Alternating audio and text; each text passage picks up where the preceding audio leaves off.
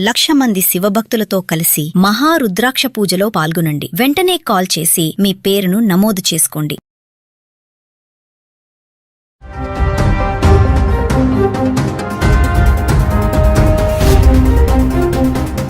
నమస్తే, welcome back to Suman TV. Present మనతో పాటు ఉన్నారు ఎనలిస్ట్ మందర కృష్ణారెడ్డి గారు.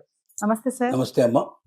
సార్, అమెరికా అధ్యక్షుడు డొనాల్డ్ ట్రంప్ తీసుకునే నిర్ణయాలు ఏవైతే H1B వీసా మార్పులు ఉన్నాయో ఇంకా చాలానే చేశాడు. ఎప్పుడైతే అధికారంలోకి వచ్చాడో అప్పటి నుంచి ఈ రోజు వరకు ఎన్నో మార్పులు, చేంజెస్. మరి దీంతో మన భారతీయులు అమెరికా వెళ్ళడానికి కొంచెం వెనకడుగు వేస్తున్నారు అనుకోవచ్చు అంటారా? ఇదే టైంలో మరి వేరే దేశాలు మన వాళ్ళ టాలెంట్స్ని తీసుకొని మరి మా దేశాలకి రండి, మీ టాలెంట్స్ని మాకు ఇవ్వండి, మా దగ్గర ఉపయోగించుకోండి అని చెప్పేసి వాళ్ళు ఆహ్వానిస్తున్నట్టు మనం న్యూస్ చూస్తూనే ఉన్నాం. మరొకసారి వివరాలకు వెళ్తే సార్, ట్రంప్ తీసుకున్న నిర్ణయాల వల్ల ఒక రకంగా భారతీయులకి మేలు జరిగిందని కూడా చెప్పినా ఆశ్చర్యపడాల్సిన అవసరం లేదు. ఇది ఎలా అంటే మనం విశ్లేషించినప్పుడు ఇప్పటిదాకా డాలర్ డ్రీమ్స్లోనే బతుకుతోంది భారతదేశం. అంటే నేను చదువుకుంటే అమెరికాలో చదువుకుంటాను, అక్కడే ఉద్యోగం చేస్తాను, కోట్లు సంపాదిస్తాను, భారతదేశాన్ని పంపిస్తాను, ఇక్కడ నేను ఆస్తులు అవి కొనుక్కొని ఇక్కడ సెటిల్ అయ్యే అవకాశం ఉంది, లేదంటే అమెరికాలోనే ఆస్తులు కొనుక్కొని అక్కడే సెటిల్ అవుతాను, అవసరమైతే ఇక్కడే నేను రాజకీయాలు కూడా పోటీ చేసి నేను నిలబడగలిగే శక్తి సామర్థ్యాలు కూడా నాకు ఉన్నాయి, ఎందుకంటే అలాంటి అవకాశాలు కూడా అమెరికా కల్పించింది. అక్కడ ఎంతోమంది భారతీయులు సెనేటర్స్గా ఎలక్ట్ అయ్యారు, వైస్ ప్రెసిడెంట్గా కూడా ఎలక్ట్ అయ్యే పరిస్థితి ఏర్పడుతోంది, ప్రెసిడెంట్షిప్ కూడా పోటీ చేస్తారేమో అనేటువంటి స్థితి కూడా ఇండియన్స్కి కలిగింది. అంటే అంతదాకా సమర్థత అక్కడ పెరగగలిగే అవకాశాలని అమెరికా ఇచ్చింది ఇప్పటిదాకా. అలాంటి ఆలోచనలో ఉండి ప్రతి ఒక్కరూ అమెరికా అనేది ఒక కళ, ఒక కోరిక. పిల్లాడు పుట్టిన కొద్ది రోజులకే తల్లిదండ్రులే నువ్వు అమెరికా వెళ్దువు కానిరా, నువ్వు చాలా గొప్పవాడి అవుతావురా అని భావించేటువంటి స్థితి కూడా ఏర్పడింది. అందుకే మధ్యతరగతి వాళ్ళు కూడా అప్పో చేసి తమ పిల్లల్ని అమెరికాకు పంపించాలనే ప్రయత్నంతో చాలామంది చాలా కోరి బాధలు తెచ్చుకున్న వాళ్ళు చాలామంది ఉన్నారు.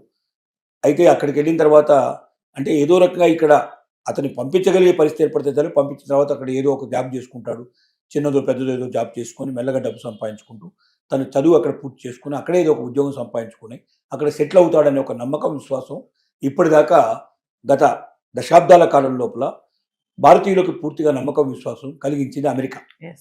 కానీ ట్రంప్ వచ్చిన తర్వాత ఏం చేశాడంటే దాన్ని మొత్తం రివర్స్ చేసేసి చదువుకునేటువంటి స్టూడెంట్స్ని వీలైనంత వరకు అక్కడ రాకుండా చేయడానికి సోషల్ మీడియా అనేట్టు పేరు పెట్టి ఆ సోషల్ మీడియాను కూడా అందరి వివరాలు తెలియజేయాలని దాంట్లో ఏదో చిన్నదో పెద్దో ఏదో పట్టుకొని వాళ్ళని పూర్తిగా బ్యాన్ చేయడం కానీ, రానివ్వకుండా చేయడం కానీ, వీసాలు అసలు మంజూరు కాకుండా చేయడం, ఒకళ్ళు పొరపాటున అక్కడికి వెళ్ళిన తర్వాత కూడా అక్కడ క్యాంపస్ ఉద్యోగం కాకుండా బయట ఏదైనా ఉద్యోగం చేస్తే వెంటనే పట్టుకోవడం, అతన్ని బేడీలు వేసి తీసుకొచ్చి అమెరికాలో వదిలిపెట్టడం, ఇలాంటివన్నీ రకరకాల ప్రయత్నాలు చేయడం వల్ల చాలా మంది వెక్స్ అయిపోయినారు. అలాగే ఇక H1B వీసాకి $1,00,000 అనేటువంటిది ఒక పెద్ద ప్రకంపనను క్రియేట్ చేసింది. అది ముందుగానేమో ప్రతి సంవత్సరం కట్టాలని చెప్పి తర్వాత కంపెనీల ఒత్తిళ్లు రావడం వల్ల దాన్ని మార్చుకొని సంవత్సరానికి ఒకసారి కాకుండా జీవితానికి అంతా కలిపి ఒకసారి పెట్టాడు. ఆ పెట్టింది కూడా ఎవరు కట్టాలి? కంపెనీలు కట్టాలి. $1,00,000 కట్టి ఒక మనిషిని తీసుకొని వెళ్ళాలంటే వాడు అంతకన్నా ఎన్నో $1,00,000 సంపాదించగలిగే కేపబిలిటీ ఉండేటువంటి వ్యక్తి అయితేనే సాధ్యమవుతుంది. కాబట్టి మామూలు వాళ్ళకి ఎవ్వరికీ ఇంకా అందని ద్రాక్ష పండు అమెరికా. ఏదో అత్యుత్తమమైనటువంటి నైపుణ్యం కలిగిన వాళ్ళు ఆ లెవెల్లో ఉండేవాడు. ఇక్కడైనా ఇవాళ నిజం చెప్పాలంటే అమెరికాతో పోలిస్తే అమెరికాలో చాలా గొప్పగా సంపాదిస్తున్నా అని చెప్పుకున్న వాళ్ళకన్నా ఎక్కువగా సంపాదించే వాళ్ళు వాళ్ళ ఇండియాలో ఉన్నారు. కంపెనీలు అంతకన్నా ఎక్కువ పే చేస్తున్నాయి ఇవాళ. తర్వాత అలాంటి వాడికి తన కంపెనీ లోపల షేర్స్ కూడా ఇస్తున్నాయి, వాటిని పెట్టుబడిదారులు కూడా వాళ్ళని భాగస్తులు కూడా తీర్చుకుంటున్నారు. ఇలాంటి పరిస్థితులు కూడా ఇక్కడ ఉన్నాయి.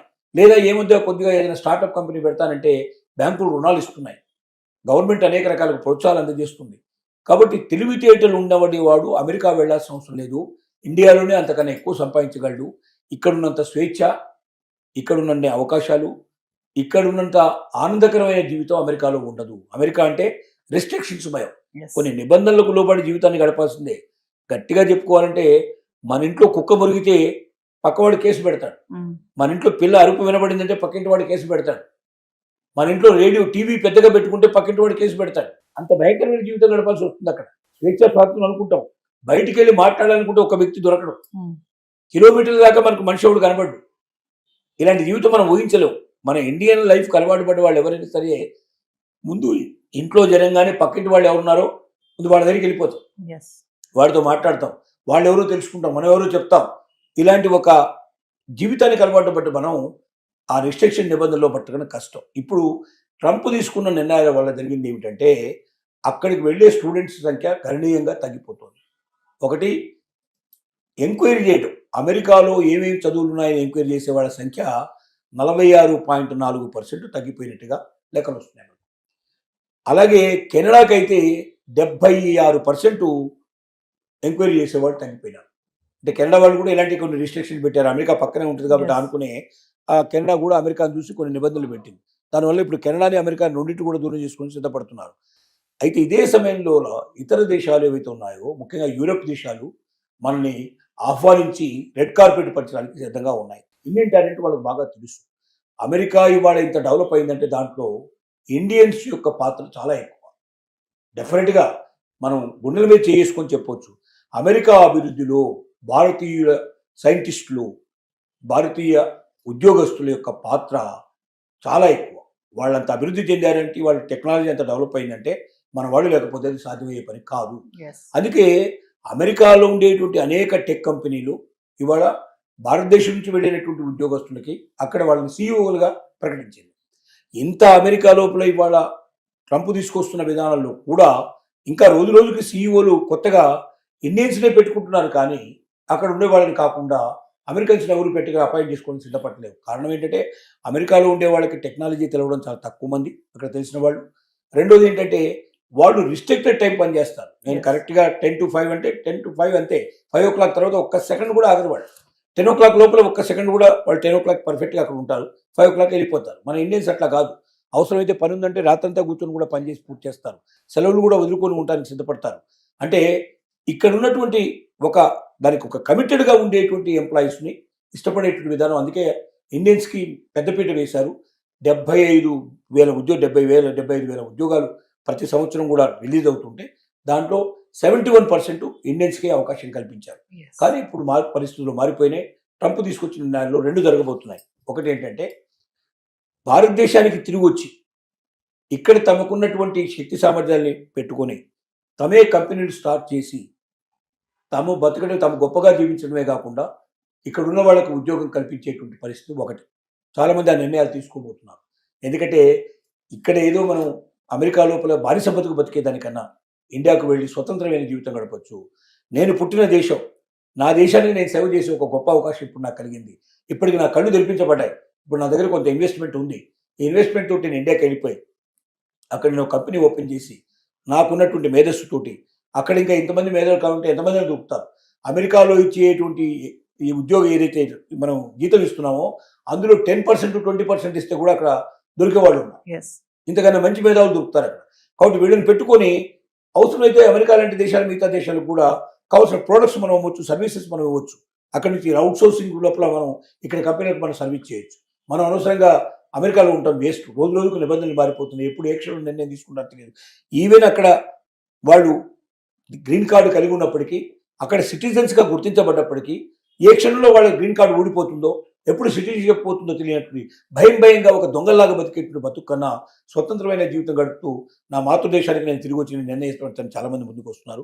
దానికి తోడుగా ఇవాళ ముఖ్యంగా అక్కడున్న జర్మనీ దేశం చాలా గొప్ప అవకాశాలు కల్పిస్తోంది. 2 లక్షల ఉద్యోగాలు భారతీయుల కోసం ఎదురు చూసేటువంటి పరిస్థితి తీసుకొచ్చింది. తర్వాత వీసా నిబంధనలు చాలా సులభతరం తీసింది. కొత్తగా నియమించబడ్డటువంటి ఎవరైతే రాయబారి ఉన్నారో భారతదేశానికి, మనకు అక్కడి నుంచి రాయబారి ఎవరైతే వచ్చారో ఆయన జర్మనీ రాయబారి ఏం చెప్తున్నాడంటే, భారతీయులరా మీకు మేము ఆహ్వానం పలుకుతున్నాము. స్టూడెంట్స్ ఎవరైనా ఇక్కడ చదువుకోదలుచుకుంటే మీకు అవకాశం కల్పిస్తాము. మీరు ఎంత చదువైనా చదువుకోవచ్చు. చాలా తక్కువ ఖర్చులో మీరు ఇక్కడ పూర్తి చేసే అవకాశం ఉంది. గొప్ప గొప్ప ఎడ్యుకేషన్ మీకు దొరుకుతుంది. రెండోది ఏంటి, మీకు ఉద్యోగాలు ఇక్కడ ఖాయంగా దొరుకుతాయి. ఇక్కడే చదువుకొని ఇక్కడ ఉద్యోగాలు చేసుకునే అవకాశాలు మీకు ఉన్నాయి. భారతీయ టాలెంట్ మీద మాకు నమ్మకం ఉంది.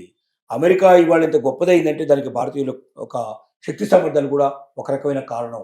అలాంటి శక్తి సామర్థ్యాలు మాకు కావాలి. అమెరికా మిమ్మల్ని వదులుకుంటుంది, కానీ మేము మిమ్మల్ని ఆహ్వానిస్తున్నాం. మీరు రండి, మా దేశం లోపలికి వచ్చి మీరు ఉద్యోగాల్లో జాయిన్ కండి. మీ టాలెంట్ మాకు చూపించండి. మీ టాలెంట్తో మా దేశాన్ని ఇంకా అగ్రదేశంగా మార్చడానికి ప్రయత్నం చేయండి. మేము మిమ్మల్ని ఆహ్వానిస్తున్నామని చేయిజాపి ఆహ్వానిస్తుంది. స్టూడెంట్స్ అక్కడ పెరిగిపోయే అవకాశాలు ఉన్నాయి బాగా. దాంతోపాటుగా ఉద్యోగస్తులు కూడా పెరిగిపోయే అవకాశం ఉంది. అదొకటే కాదు, యూరోప్ దేశాలన్నీ ఆ రకంగానే అనేక రకాల యుద్ధ నిబంధనలు కూడా సడలించి చాలా తక్కువ ఇంత ముందు కన్నా ఫీజు తగ్గించేసి భారతీయులు ఆహ్వానించడానికి ప్రయత్నం చేస్తున్నాయి. కాబట్టి దీనివల్ల ఏమవుతుందంటే అమెరికాకి బుద్ధి వచ్చే అవకాశం ఉంది. ట్రంప్ తీసుకున్న నిర్ణయాల వల్ల దేశ ఆర్థిక వ్యవస్థ ఎంత నాశనం అయిపోయిందో, చివరికి అక్కడికి వచ్చేటువంటి మేధావులు ఎంతమంది ఆగిపోతున్నారు, వేరే దేశాలకు వెళ్ళిపోతున్నారు, తద్వారా తాము ఏం కోల్పోయామో ట్రంప్ పోయిన తర్వాత కానీ, ట్రంప్ దిగిపోయిన తర్వాత కానీ అమెరికాకి తెలుస్తుంది. అప్పుడు బాధపడ్డా కూడా లాభం లేని పరిస్థితి కూడా ఉండొచ్చు. అందుకే ఇప్పటికే చాలామంది అమెరికాలో ఆలోచిస్తున్నారు, ట్రంప్ని రీకాల్ చేసి వెనక్కి పంపిస్తే బాగుంటుందని ఉన్న ఆలోచనలో కూడా ఉన్నారు. ఇలాంటి పరిస్థితులు ఉన్నాయి కాబట్టి దేశం లోపల ఇవాళకి యూరోప్ దేశాల యొక్క ఆహ్వానాన్ని ఎంతవరకు భారతీయులు మన్నిస్తారో, ఎంతవరకు ముందుకెళ్తారనేది మనం చూడాలి. జరగబోయేటువంటి పరిణామాలు చూడాలి. Thank you.